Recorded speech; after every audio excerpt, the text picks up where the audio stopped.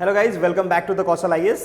जैसा कि हम लोग जानते हैं कि हम लोग का मॉडर्न हिस्ट्री का सीरीज चल रहा है और फर्स्ट पार्ट में हमने ऑलरेडी बहुत कुछ कवर कर लिया था। आज जो क्लास होगा वो है part 2 of the decline of Mughal empire.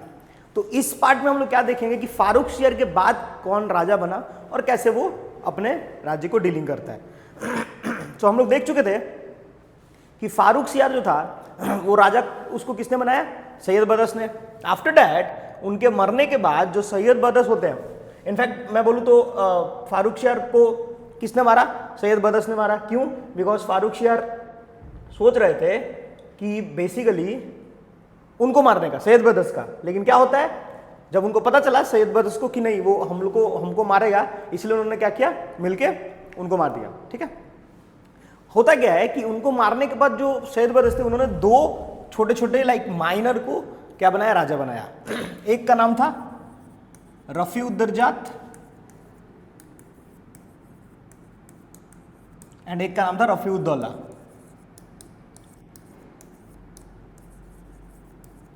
माना जाता है कि this person Rafi-ud-Darajat was the shortest ruler of the Mughal empire, shortest, जो कि वी कैन से 2 मंथ के लिए ही बस राजा बना था और ये भी बहुत कम समय के लिए राजा रहा। ठीक है। होता क्या है कि ये दोनों बहुत जल्दी ही मर जाते हैं। कैसे मर जाते हैं? बिकॉज ऑफ ओपियम, एक डिसेंट्री की वजह से मर जाता है और दूसरा को बहुत ज़्यादा ट्यूबरकुलोसिस का प्रॉब्लम बताया जाता था। सो दोनों का डेथ हो जाता है। अब माना जाता है कि after the death of this Farrukhsiyar, जो सैयद बदस थे, ये तीनों, सैयद बदस ने क्या किया था, ये तीनों को, फारुखशियर को और रफी-उद-दरजात और रफी-उद-दौला को क्या बना के रखा था? पपेट। ठीक है। पपेट, वो जो बोलेंगे वही होगा। आफ्टर दैट व्हाट हैपेंड कि जब उन्होंने देखा कि जो एबल्ड मुगल है वो अगर मर जाते हैं, जो रफी-उद-दरजात और दौला, उसके बाद उन्होंने एक नए आदमी को बनाया जिसका उम्र समथिंग अराउंड 18 ईयर माना जाता है, जिसका नाम था रोशन अख्तर। तो आज हम लोग पढ़ेंगे रोशन अख्तर कैसे रूल किया, फिर रोशन अख्तर के बाद कौन रूल किया। So very first king is Mohammad Shah के नाम से भी उसको हम लोग जानते हैं, जो कि रूल कब से कब तक किया? 1719 से लेकर 1748 तक। ठीक है। माना जाता है कि this was the man of the movement, but इसके पास उतना दिमाग नहीं था कि वो चीज़ों को रूल कर सके। होता क्या है कि सैयद बदस ने क्या किया? फारुखशियर को मारा। ठीक है। इसको राजा बनाया after the death of Rafi-ud-Daulah and Darajat. इसको राजा बनाया मोहम्मद शाह को। मोहम्मद शाह जब राजा बना तो एक चीज़ ना क्या किया था सैयद बदस ने कि उन्होंने हर नोबिलिटी को इनसे दूर रखा था कि कोई भी आदमी इनसे मिल नहीं सकता है। इनफैक्ट ये राजा किससे बात करेगा, सारा चीज कौन डिसाइड करता था? सैयद बदस, और we can say king maker. होता क्या है फर्दर कि जब ये राजा बनता है तो इनको भी डर था, और जो भी नोबल्स थे इनके कोर्ट में उनको भी डर था कि जो आदमी और जो सैयद बदस है उन्होंने अगर राजा को मार दिया तो हमारे साथ भी तो ऐसा कुछ कर सकते हैं। सो इन्होंने क्या किया?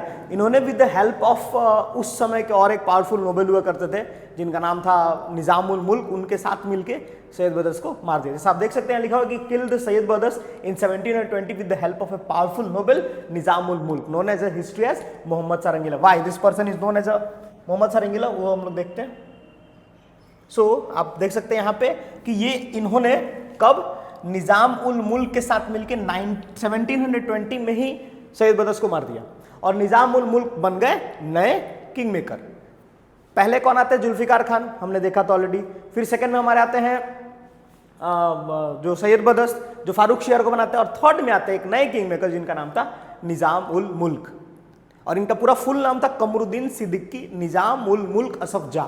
बाद में हम लोग इनके बारे में और डिटेल में पढ़ेंगे बिकॉज इनका कुछ है रोल हमारी हिस्ट्री में। पहले तो आप बस इतना जानिए कि ये नए किंग मेकर हमारे बन गए। ओके, सो नेक्स्ट पॉइंट क्या है कि in our history this Mohammad Shah was also called as a रंगीला। क्यों बोला गया था? बिकॉज जब ये राजा बने तो ही वॉज वेरी हैविंग कि उनको थोड़ा सा वाइन, ऐसे डांसिंग गर्ल्स बहुत अच्छी लगती थी। वो फोकस नहीं करते थे कि अपने कंट्री को रूल करने पे। वो क्या फोकस करते थे? थोड़ा दारू वारू पी लेते, थोड़ा मस्ती उस्ती करते। ठीक है। ये चीज़ों के ऊपर थोड़ा सा और मैं डिटेल आपको बताऊंगा कि ये मोहम्मद शाह जो थे और वी कैन से रोशन अख्तर, ये थे कौन? आपको याद होगा बहादुर शाह जो थे उनके 4 बेटे हुए, जिसमें से हम लोग पढ़े थे बहादुर शाह के बाद जहांदर शाह बनते हैं कौन राजा? तो जहांदर शाह राजा बने अपने 3 भाई को मार के। तो ये चारों बेटे में से एक जो सबसे छोटा बेटा था जिसका नाम था खुजिस्ता अख्तर, उसी के ये बेटे थे। बहादुर शाह के 4 बेटे हुए, 4 बेटे में से जो सबसे छोटे बेटे थे जिसका नाम था खुजिस्ता अख्तर, उसके ये बेटे हुए मोहम्मद शाह और वी कैन से रोशन अख्तर बहादुर। ठीक है, यहां तक क्लियर है कि कैसे वो राजा बने, किसके हेल्प से, द थर्ड किंग मेकर। उसका तो क्या होता है, that is fail into the classes of dancing girl कोकी ज्यू एंड द न्यूज हाफिज खिदमतगढ़ खान। अभी डांसिंग गर्ल जैसे मैंने बोला था कि ही वॉज वेरी है कि वो थोड़ा डांस वांस देखते थे ज़्यादा, तो होता क्या है एक समय के बाद ये थोड़ा इन कोकी जू के क्लासेस में आ जाता है और उनके साथ वो शादी कर लेते हैं। होता है फिर उसके बाद क्या, ये पूरा फॉन्ड ऑफ पूरा एकदम वाइन वाइन पी के मस्ती करते रहेंगे और पूरा जो हमारा रूल है वो कौन करेगी, Koki Jiu with help of this Hafiz Khidmatgar Khan. ठीक है, एक इंपॉर्टेंट चीज है जो हमको मोहम्मद शाह के रीजन में समझना ये कि इन्हीं के टाइम पे, कब, इन्हीं के टाइम पे that is from the year 1790 से लेकर 48 के बीच में हम लोग का पूरा फिजिकल ब्रेकअप देखने को मिलेगा। किसका फिजिकल ब्रेकअप, मुगल एम्पायर का। अब ये फिजिकल ब्रेकअप क्या था, हमने याद है हमने समझा था कि 3 तरीके के स्टेट होते थे, एक सक्सेसर स्टेट उसमें था, वो सक्सेसर स्टेट यहीं से बनना स्टार्ट होता है, that is we can say Hyderabad, then Awadh, then Bengal, वो इनके टाइम पे बनना स्टार्ट होता है। एक जो एग्जांपल मैं आपको बोलूंगा दैट इज फिजिकल ब्रेकअप कहां से शुरू हुआ, जैसे आपको देख सकते हैं दैट इज निजामुल मुल्क ने क्या फाउंड किया, हैदराबाद इन 1724। मुर्शीद कुली खान जो कि बंगाल चले जाते हैं 1717 में, वो फारूक शहर के टाइम पे ही चले गए थे। एंड लास्टली सादत खान जो अवध को फाउंड करते हैं 1722 में। क्यों, बिकॉज इनको हो गया ना, पता चल गया इन सारे नोबेल्स को कि जो हमारा राजा है वो अब बेसिकली कंट्रोल नहीं कर सकता, वो क्या कर रहा है, वो थोड़ा दारू हो गया, थोड़ा लड़की हो गई, इसके पीछे वो फोकस कर रहा है। इसीलिए उन्होंने क्या किया, अपना वहां से निकलना शुरू कर दिया। और एक चीज है आपको ये समझना है कि दैट पर्सन, इस आदमी के हाथ में सबसे ज्यादा समय था मुगल एम्पायर को सेव करने का, but he was not a man of the moment. He cannot, because he was not having that capability, that mindset कि वो किस तरीके से समझाएगा, चीज़ों को बचाएगा। नेक्स्ट क्या, इन 1737 Bajirao one raided Delhi.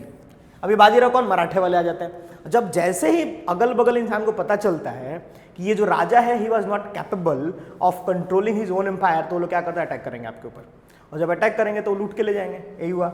Next 1739 Nadir Shah invaded India, defeated the Mughals in the battle of Karnal and took possession of the Peacock Throne। Peacock Throne के बारे में थोड़ा सा बता दूं, वो अकबर का जो थ्रोन था जो बहुत बड़ा हुआ करता था ऐसे सोना का, लाइक उसको वो उठा के ले गया। कौन ले गया, नादिर शाह। ये नादिर शाह आया कहाँ से था, नादिर शाह आया था आपका अफगानिस्तान से, he was the king of Afghanistan. और उसी समय दैट पर्सन नादिर शाह ही लेके गया हमारा कोहिनूर हीरा, जिसके बारे में हम लोग अभी भी देखते हैं, न्यूज़ में चल रहा है कि जो क्वीन एलिजाबेथ के जो मुकुट में लगा हुआ है कोहिनूर का हीरा, कोई बोलता है कि मोदी जी ने लेके आ गए उसको घर। सो हमें तो नहीं पता कि मोदी जी लाए कि नहीं लाए, बट वही हीरा के बारे में यहाँ पे लिखा हुआ कि वो लेके चला गया। मतलब कि व्हेन नादिर से entered in our country, he is like कि जितना लूट सको लूट लो और लूट के भाग जाओ। ठीक है। In 1748 Ahmad Shah Abdali first invaded India. अभी अहमद शाह अब्दाली कौन था, यही था the successor of Nadir Shah. Nadir Shah के बाद उनके बेटे जो किंग बने अफगानिस्तान के, जिनका नाम था अहमद शाह अब्दाली, वो क्या करते हैं, again he started attacking India. India के ऊपर अटैक क्यों करते थे भाई, ज्यादा यहाँ पे पैसा था, लूट के लेके चले जाओ। राजा कौन है, मोहम्मद शाह, कुछ तो है नहीं भाई, दारू पीना है, बैठे रहना है, गाना सुनना है, डांस देखना है, तो ऐसे थोड़ा ना आपका रूल अच्छे तरीके से कर पाएंगे आप। So this were the most important thing which you have to remember. Physical breakup, powerful nobles अपना डिवाइड होना शुरू हो गए। थर्ड में नादिर शाह आता है, लूट के लेके चला जाता है, और फोर्थ में अहमद शाह अब्दाली आके लूट के लेके चला जाता है। इसके बाद क्या होता है, इसके बाद हमारा जो नेक्स्ट रूलर आएंगे that is known as Ahmad Shah. ठीक है। अभी अहमद शाह कौन थे, Ahmad Shah was the successor of Mohammad Shah, जिनके बारे में जस्ट हम लोग अभी देखे थे। ओके, सो देखिएगा ये अहमद शाह ही थे कौन। बहुत इंटरेस्टिंग में लिखा कि दैट इज द उद्दम बाई, एक डांसिंग गर्ल थी, उनसे वो मोहम्मद शाह को थोड़ा प्यार मोहब्बत हो जाता है, फिर वो उनसे शादी कर लेते हैं। शादी करने के बाद जो बच्चा हुआ वही था अहमद शाह। अब आप सोच सकते हैं, एक राजा है, एक इतना बड़ा उसका प्लेस है, दैट इज पूरा इंडिया उन्हीं का था उस समय में, मुगल एम्पायर का माना जाता है, और वो आदमी अपने कंट्री को अच्छे तरीके से नहीं संभालता और क्या करता है वो डांसिंग गर्ल से शादी करके और उसका बच्चा क्या करता है रूल करता है. That the Ahmad Shah was a basically born of Udham Bai and Udham Bai was a dancing girl. Later on what happened कि अहमद शाह राजा बनने के बाद पूरा काम किसको देता है, अपनी माँ को, ठीक है. And that Udham by become the queen mother, like हमको ही कंट्रोल करना और सारा चीज वही कंट्रोल करने लगी, ठीक है. और उस समय आपको क्या ध्यान रखना है कि during the reign of Ahmad Shah, Abdali invaded India twice in the year 1749 and 52. और दोनों बार जब वो आया है तो पूरा एकदम अच्छा से एकदम मचा के गया है कि नहीं हमारे पास बहुत पावर है. अब ये चीज़ क्या हुआ, जब वो आता है सेकंड टाइम 1752 में, तो वो पूरा दिल्ली तक चला आया. अहमद शाह अब्दाली पूरा दिल्ली तक आया है, वो अफगानिस्तान से दिल्ली तक आया, आप सोच सकते हो. उस समय क्या हुआ, उस चीज़ को दिल्ली को बचाने के लिए उन्होंने क्या किया, अहमद शाह ने क्या किया, उनको क्या दे दिया, पंजाब एंड मुल्तान, कि भाई ये लो, ये दो ठो जगह आप लेके जाओ, लेकिन हमारे ऊपर अटैक मत करो. आप सोच सकते कितना वो डरते थे. एक समय था मुगल एम्पायर से सब डरते थे, और आज एक ऐसा समय आ गया कि मुगल एम्पायर सबसे डर रहे हैं. यही चीज़ है कि लेटर मुगल्स में हमको यही देखने को मिलता है कि जो भी थे यहाँ पे ruler, that was not capable of controlling the whole empire. और उनके पहले जो भी थे, लाइक वी कैन से औरंगजेब तक, वो लोग सबके पास पावर था, वो लड़ाई करते थे अपने जगह के लिए. That was next is like in 1754 he was deposed by Imadul Mulk with the help of Maratha chief Sadashiv Rao Bhau. अब ये क्या होता है, और ये इमादुल मुल्क थे कौन. अभी इनके इसके जस्ट पहले हम लोग देखे थे निजामुल मुल्क हुआ करते थे, जो कि किंग मेकर थे. जब उन्होंने देखा कि और ये इमादुल मुल्क कौन है, निजामुल मुल्क के ग्रैंडसन, मतलब निजामुल मुल्क इनके दादाजी हुए होंगे.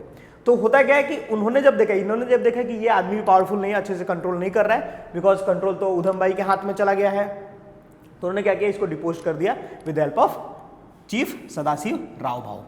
उसके बाद they made a new king, जो कि कौन थे, हमारे आलमगीर टू और अजीजुद्दीन, जो कि कब बने, 1754 से लेकर 1759 तक हमारे राजा बनते हैं. अब नेक्स्ट क्या इसमें समझना है कि उसके बाद अहमद जो मोहम्मद शाह थे, जिसके पास थोड़ा टाइम था कि हाँ वो चीज़ों को बचा सकते, सेव कर सकते हैं, ये इंसान जो था इसके पास भी थोड़ा टाइम था कि ये चीज़ों को कंट्रोल कर सकता, सेव कर सकता था.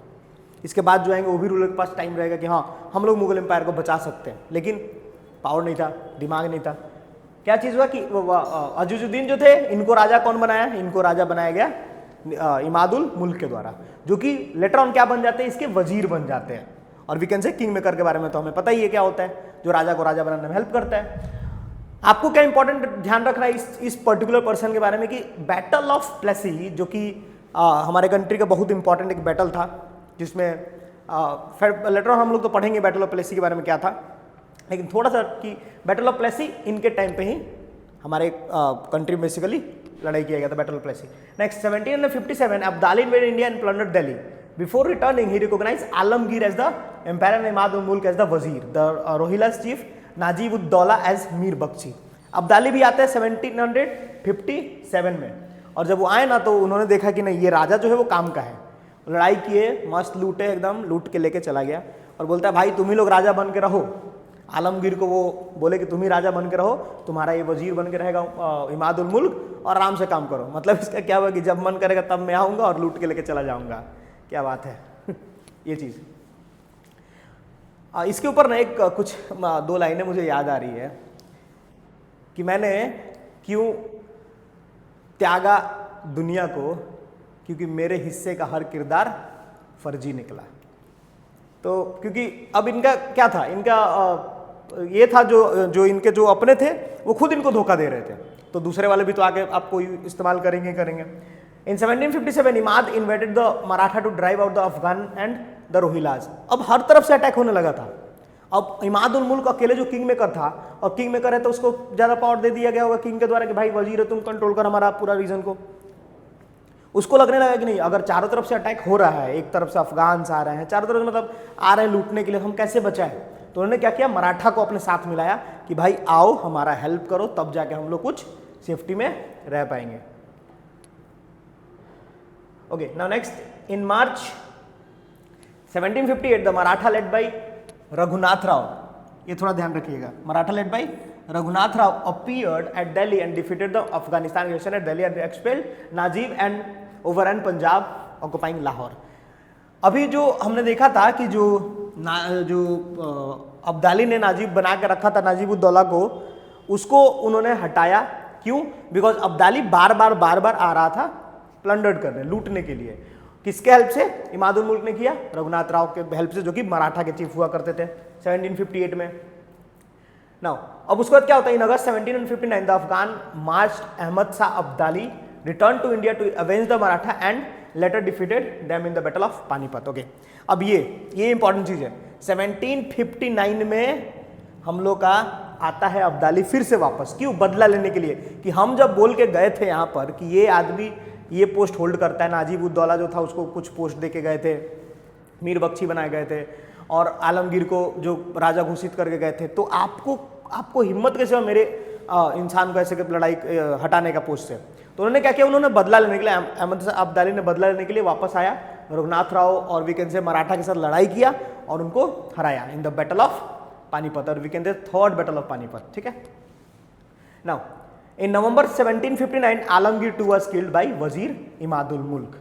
अब देखिए, हमने ऑलरेडी ये सीख लिया और समझ लिया है कि जो इंसान राजा को राजा बना सकता है वही इंसान राजा को राजा से हटा भी तो सकता है, और यही हो रहा था।